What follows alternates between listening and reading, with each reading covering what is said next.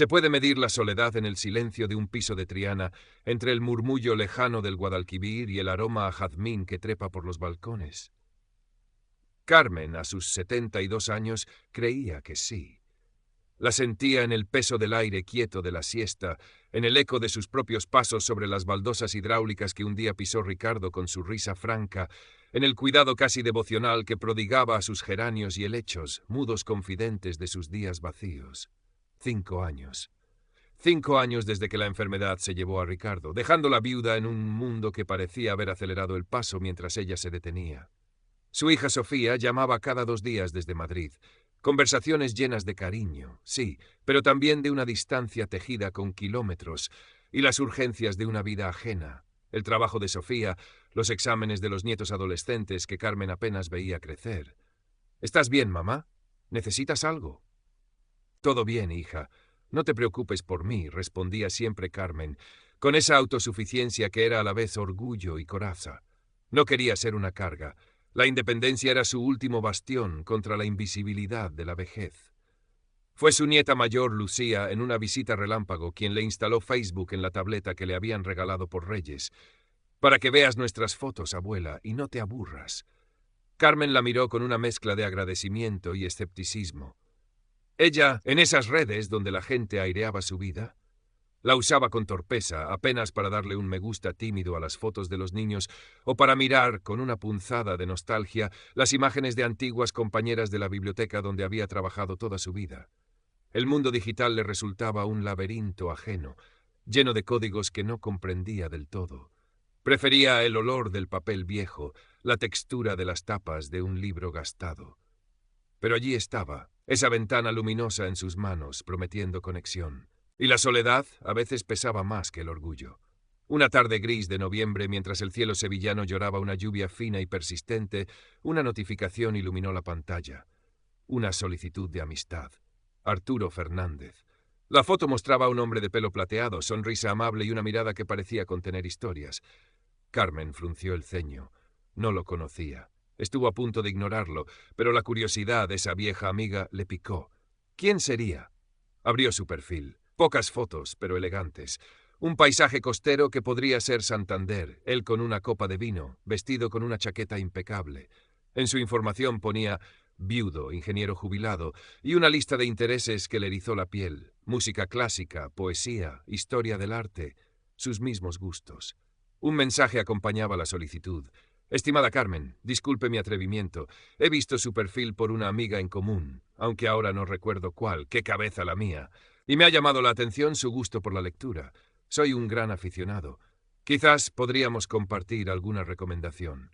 Saludos cordiales, Arturo. Sabía escuchar, hacía las preguntas adecuadas, compartía anécdotas de sus supuestos viajes como ingeniero, siempre teñidas de una elegante modestia, y hablaba de su difunta esposa con una ternura que conmovió a Carmen. Él también estaba solo. Él también entendía ese vacío que dejaba un gran amor al partir.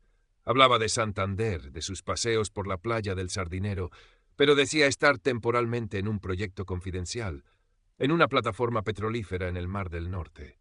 Eso explicaba, decía, que a veces tardara en contestar o que las videollamadas fueran imposibles por la mala conexión satelital. Carmen, que apenas sabía cómo funcionaba su propio wifi, aceptó la explicación sin dudar. Se sentía cómoda con él, comprendida. Por primera vez en 5 años, la pantalla de la tableta no era solo un portal a la vida de otros, sino una ventana a una ilusión propia. Le contó a Elena, su amiga del alma, otra viuda del barrio con quien compartía cafés y paseos por la calle Betis. Elena, siempre pragmática, enarcó una ceja mientras removía su manchado. Un ingeniero viudo, guapo, culto y que vive en una plataforma petrolífera. Carmen, hija, eso suena a película de sobremesa. No seas cínica, Elena. Es un hombre encantador, muy respetuoso. Demasiado perfecto, quizás, murmuró Elena. Ten cuidado, por favor. En Internet hay mucho lobo con piel de cordero. Carmen se molestó un poco. Elena no entendía. Nadie podía entender esa conexión especial que sentía con Arturo. Era como si se conocieran de toda la vida. Él parecía adivinar sus pensamientos, terminar sus frases. Le enviaba poemas de cernuda, enlaces a conciertos de Falla. Hablaban de sus sueños frustrados, de las pequeñas alegrías cotidianas. Carmen empezó a sentirse diferente. Se arreglaba un poco más cada mañana. Tarareaba mientras regaba los geranios. La pantalla de la tableta era lo primero que miraba al despertar y lo último antes de dormir. Arturo se había convertido en el sol alrededor del cual orbitaba su pequeño universo. Los meses de invierno pasaron volando, envueltos en la calidez de esa relación virtual. Arturo empezó a hablar de un futuro juntos. Cuando termine este maldito proyecto, Carmen, lo primero que haré será tomar un avión a Sevilla. Quiero pasear contigo por el parque de María Luisa, invitarte a cenar a un buen restaurante con vistas a la Giralda. Quiero conocer a esa mujer maravillosa que me ha devuelto la ilusión. Carmen sentía mariposas en el estómago al leer esas palabras. ¿Sería posible? ¿Una segunda oportunidad a su edad? Se permitía soñar. Imaginaba cómo sería presentarle a Arturo a Sofía, a sus nietos. Quizás incluso podrían viajar juntos, visitar esos museos de los que tanto hablaban. La vida volvía a tener color. Un día, el tono de los mensajes de Arturo cambió sutilmente. Habló de un contratiempo inesperado en la plataforma. Una pieza vital del equipo se ha averiado, Carmen, y la burocracia para reemplazarla es terrible desde aquí. Retrasará todo el proyecto y, lo peor, mis pagos. No pidió nada directamente, pero Carmen sintió una punzada de angustia por él. Tan lejos, tan solo, enfrentando problemas. ¿Hay algo que yo pueda hacer, Arturo? Quizás. No sé, ¿necesitas algo? La respuesta tardó unas horas, cargada de supuesta vergüenza. No me atrevería a molestarte, Carmen mía. Pero si no es mucha indiscreción, la pieza cuesta unos 800 euros. Si pudiera conseguirla rápidamente a través de un proveedor externo, agilizaría todo. Pero mis fondos aquí están bloqueados temporalmente. 800 euros. Era una cantidad significativa para su pensión, pero no imposible. Pensó en Arturo, en su frustración, en sus planes de venir a Sevilla. Se sintió importante, capaz de ayudarle. No te preocupes, Arturo. Yo puedo enviarte ese dinero. Considéralo un préstamo, por supuesto. La gratitud de Arturo fue desbordante. Eres un ángel, Carmen. No sé cómo agradecerte. Te lo devolveré en cuanto cobre, con intereses, lo juro. Carmen sintió una oleada de satisfacción. Estaba ayudando al hombre que amaba.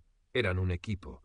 Fue al banco esa misma tarde, con el corazón palpitante, y realizó la transferencia a una cuenta con un nombre desconocido y un IBAN extranjero que Arturo le había facilitado, explicando que era la cuenta del intermediario logístico. No le dio más importancia. Unas semanas después surgió otro problema, un impuesto inesperado para liberar unos materiales esenciales. Esta vez eran 1.200 euros. Arturo sonaba desesperado. Estoy atrapado aquí, Carmen. Sin esto no puedo avanzar. Siento tener que recurrir a ti de nuevo, pero eres mi única esperanza. Carmen dudó por un instante. Sus ahorros empezaban a menguar. Pensó en Elena, en su advertencia. Pero la voz de Arturo, sus palabras de amor, sus promesas de un futuro juntos, ahogaron la duda. Volvió a enviar el dinero. La siguiente vez fue una emergencia médica. Un supuesto compañero de la plataforma había sufrido un accidente y Arturo había tenido que adelantar dinero para su evacuación urgente. Lo recuperaré del seguro, Carmen, pero tardará semanas, y ahora mismo estoy sin liquidez. 2.000 euros. Carmen empezó a sentir una ansiedad fría en el pecho. Ya no eran cantidades pequeñas. Había vaciado casi toda su cuenta de ahorros. Elena, al enterarse por una indiscreción de Carmen, fue implacable. ¿Otra vez, Carmen? ¿No te das cuenta? Ese hombre te está desplumando. Es una estafa de manual. No te permito que hables así de él, saltó Carmen, herida. Tú no lo conoces. Está pasando por un mal momento y yo lo voy a apoyar. La discusión fue agria. Elena se marchó dando un portazo, dejando a Carmen temblando de rabia y de un miedo que no quería reconocer. ¿Y si Elena tenía razón? ¿Y si Arturo? Sacudió la cabeza con fuerza. No, Arturo la quería. Se lo decía cada día. Le enviaba fotos, siempre las mismas, notó vagamente, pero desechó el pensamiento y le prometía el oro y el moro. Sofía, en su siguiente visita desde Madrid, encontró a su madre más delgada, con ojeras. ¿Pasa algo, mamá? Te noto preocupada. Carmen forzó una sonrisa. Tonterías mías, hija. Preocupaciones por un amigo lejano que tiene problemas económicos. Sofía la miró con atención. Conocía a su madre. Sabía cuándo ocultaba algo. ¿Qué amigo, mamá? Alguien que yo conozca. No, alguien que conocí por internet. Un hombre muy bueno, pero con mala suerte, balbuceó Carmen, sintiéndose incómoda. Sofía frunció el ceño. ¿Por internet? Mamá, ten mucho cuidado con eso, por favor. Hay gente muy mala por ahí. Lo sé, hija, no soy tonta. Arturo es diferente. Pero la semilla de la duda, sembrada por Elena y ahora regada por la mirada preocupada de Sofía, empezó a germinar, aunque Carmen la pisoteaba con fervor. Arturo, quizás sintiendo su vacilación, redobló sus esfuerzos. Mensajes más apasionados, promesas más grandiosas. Y entonces llegó la siguiente petición, la más grande. Carmen, amor mío, por fin. He conseguido arreglar casi todo. Solo queda un último escollo. Necesito 5.000 euros para el billete de avión en primera clase. Tengo problemas de espalda, ya sabes.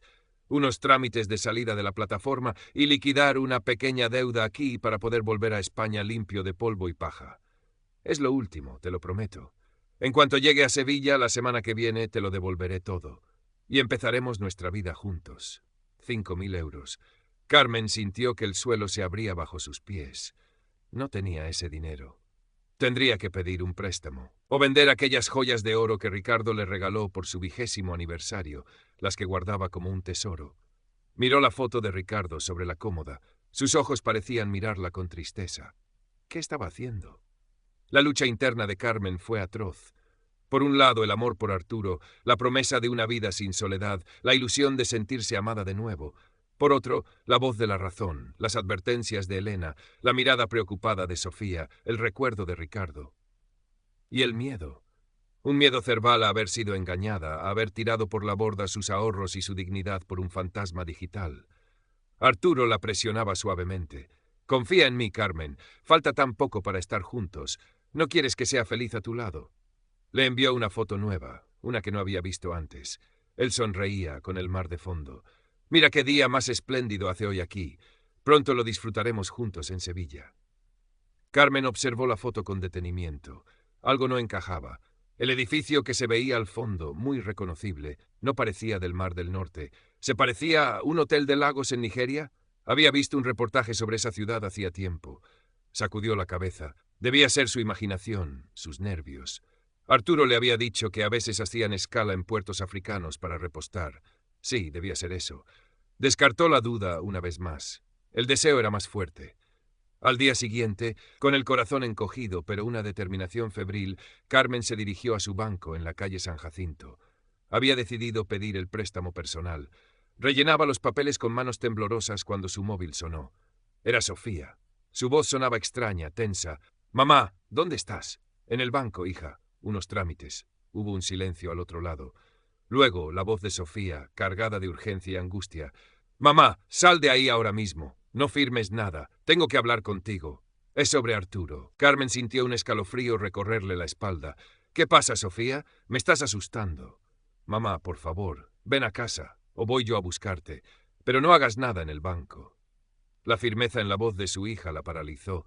Balbuceó una excusa al empleado del banco y salió a la calle, aturdida. El sol de mediodía le golpeó la cara, pero ella sentía un frío polar. Sofía llegó a su piso en Triana en menos de media hora. Había cogido el primer AVE de la mañana desde Madrid, alertada por una llamada de Elena, quien, desesperada, le había contado sus sospechas y la última petición de dinero. Sofía no había perdido el tiempo. Con la ayuda de su hijo Marcos, el experto en tecnología de la familia, habían investigado a fondo. Se sentaron en el pequeño salón, rodeadas por las plantas silenciosas de Carmen. Sofía sacó su portátil. «Mamá, tienes que ver esto». Le mostró la pantalla. Búsqueda inversa de imágenes. Las fotos de Arturo Fernández aparecían vinculadas a un perfil de LinkedIn de un ingeniero naval jubilado de Noruega. Un hombre real, casado y con nietos, cuyas fotos habían sido robadas. Carmen miró la pantalla sin comprender. «Pero no puede ser. Arturo me las envió él». Sofía siguió mostrando pruebas. Artículos sobre estafas románticas con el mismo modus operandi.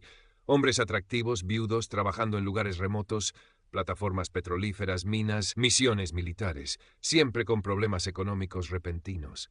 Encontraron foros donde otras mujeres de España, de Latinoamérica, de Estados Unidos, contaban historias idénticas, con las mismas excusas, a veces incluso con las mismas fotos robadas bajo diferentes nombres. «Y mira esto, mamá», dijo Sofía suavemente, señalando un artículo reciente sobre una red de estafadores desmantelada parcialmente en Nigeria.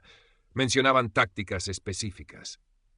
«¿Recuerdas que te pidió dinero para un medicamento muy concreto para un compañero enfermo? ¿Un tal ciprofloxacino intravenoso?» Carmen asintió, confundida. «Sí, Dijo que era una infección muy grave. Ese medicamento y esa excusa exacta aparecen en este informe policial sobre la red nigeriana, mamá. Es una de sus señas de identidad. La foto del hotel en Lagos. El medicamento específico. Las piezas encajaron de golpe en la mente de Carmen con una claridad brutal y devastadora.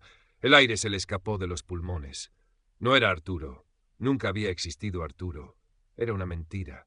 Una construcción cruel diseñada para robarle no solo su dinero, sino su esperanza, su ilusión, su corazón recién despertado. Se llevó las manos a la cara, ahogando un sollozo que le rasgó el alma. El derrumbe fue total. La vergüenza la quemaba por dentro, más dolorosa que la pérdida económica. ¿Cómo había podido ser tan ciega, tan ingenua, tan desesperadamente necesitada de afecto como para caer en una trampa tan burda?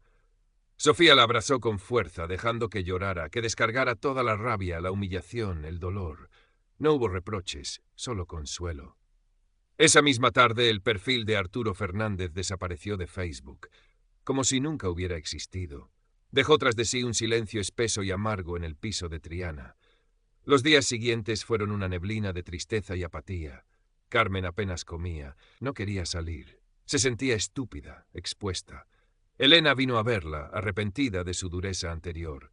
Se sentaron juntas, en silencio al principio, y luego Carmen, con voz quebrada, empezó a reconstruir la historia, a reconocer las señales que había ignorado, los detalles absurdos que había justificado con el autoengaño. Hablaron de la pista del medicamento, de la foto del hotel.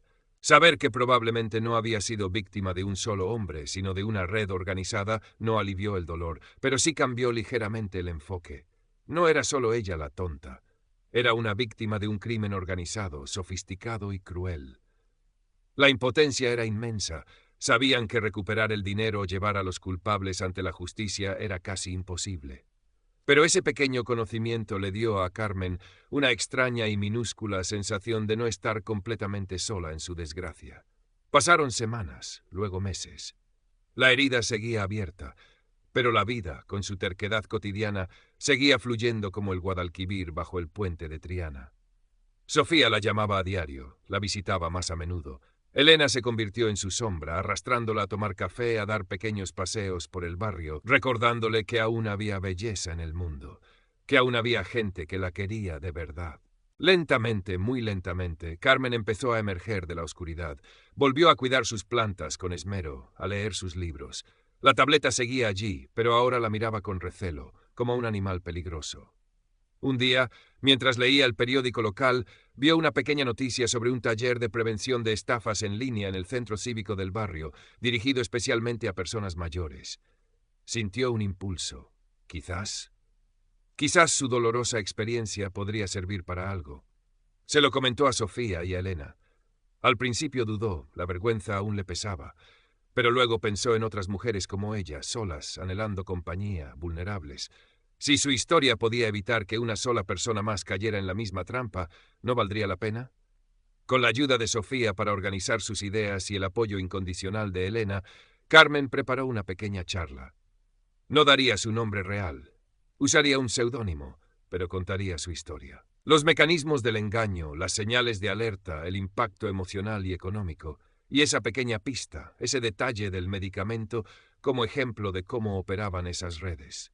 Llegó el día de la charla. El salón de actos del centro cívico estaba lleno. Mujeres y hombres mayores, algunos acompañados por sus hijos.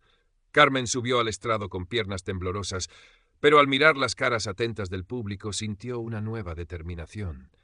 Respiró hondo y empezó a hablar. «Mi nombre hoy es Esperanza», dijo, con voz clara aunque teñida de emoción.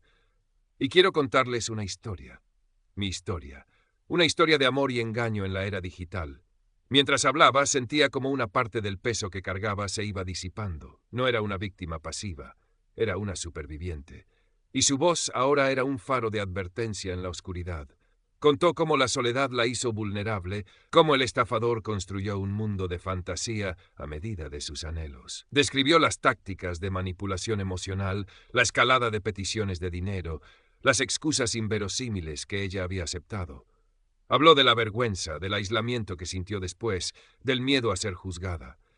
Y entonces compartió el detalle clave, la pista que, aunque no sirvió para atrapar a los culpables, le ayudó a comprender la naturaleza organizada del crimen. A veces, dijo mirando directamente al público, el estafador comete un pequeño error, deja caer un detalle que no encaja. Puede ser un nombre, un lugar, una marca específica, como me ocurrió a mí con un medicamento. Estén atentos a esas incongruencias. No las descarten como hice yo. Investiguen, pregunten, desconfíen. Vio asentimientos en la sala, miradas de comprensión, incluso alguna lágrima furtiva.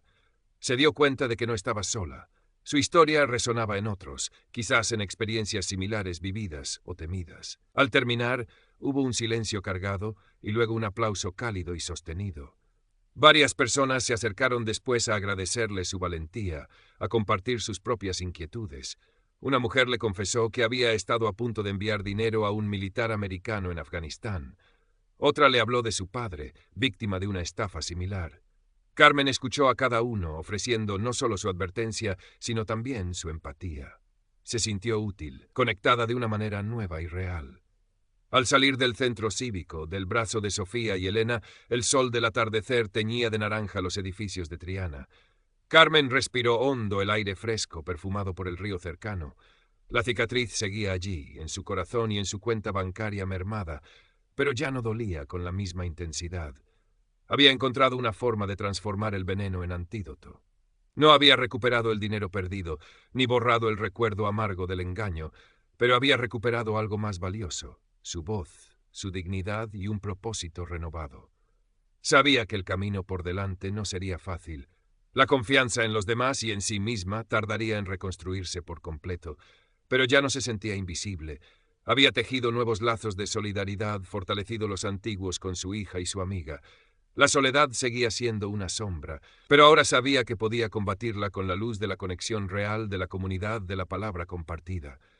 Miró a Sofía y a Elena, sus pilares, sus anclas. Le sonrió, una sonrisa cansada pero genuina. «Vamos a tomar un café», dijo. «Invito yo». En la pantalla de su tableta, ahora guardada en un cajón, ya no esperaba mensajes de un amor ficticio. La vida real, con sus imperfecciones y sus verdades a veces dolorosas, la reclamaba. Y Carmen, por primera vez en mucho tiempo, se sintió dispuesta a responder a esa llamada. Quizás, pensó mientras caminaban hacia la plaza del Altozano, el amor verdadero no siempre llegaba envuelto en promesas grandilocuentes desde una pantalla iluminada, sino en la calidez de una mano amiga, en la mirada cómplice de una hija, en la fuerza encontrada al compartir la propia vulnerabilidad. Quizás la mayor conexión no estaba en la red, sino en la trama humana que la sostenía allí mismo, bajo el cielo de Sevilla. Los meses siguientes, Carmen continuó con su nueva misión.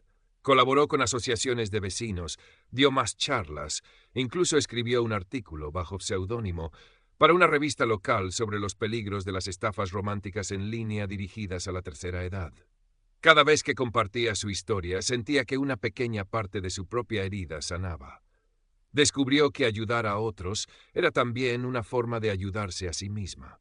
Su relación con Sofía se profundizó. Hablaban más abiertamente, compartían miedos y esperanzas. Sofía admiraba la resiliencia de su madre, aunque lamentaba no haber estado más atenta antes. Carmen, por su parte, aprendió a aceptar la ayuda y la preocupación de su hija sin sentirse una carga. Con Elena, la amistad se volvió inquebrantable.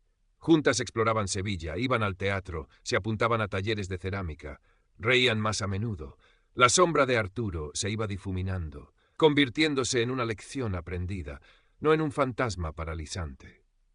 Un día, revisando correos electrónicos antiguos en la tableta, que ahora usaba con extrema precaución, principalmente para comunicarse con la familia y buscar información para sus charlas, Carmen encontró un mensaje perdido de Arturo. Era de la época en que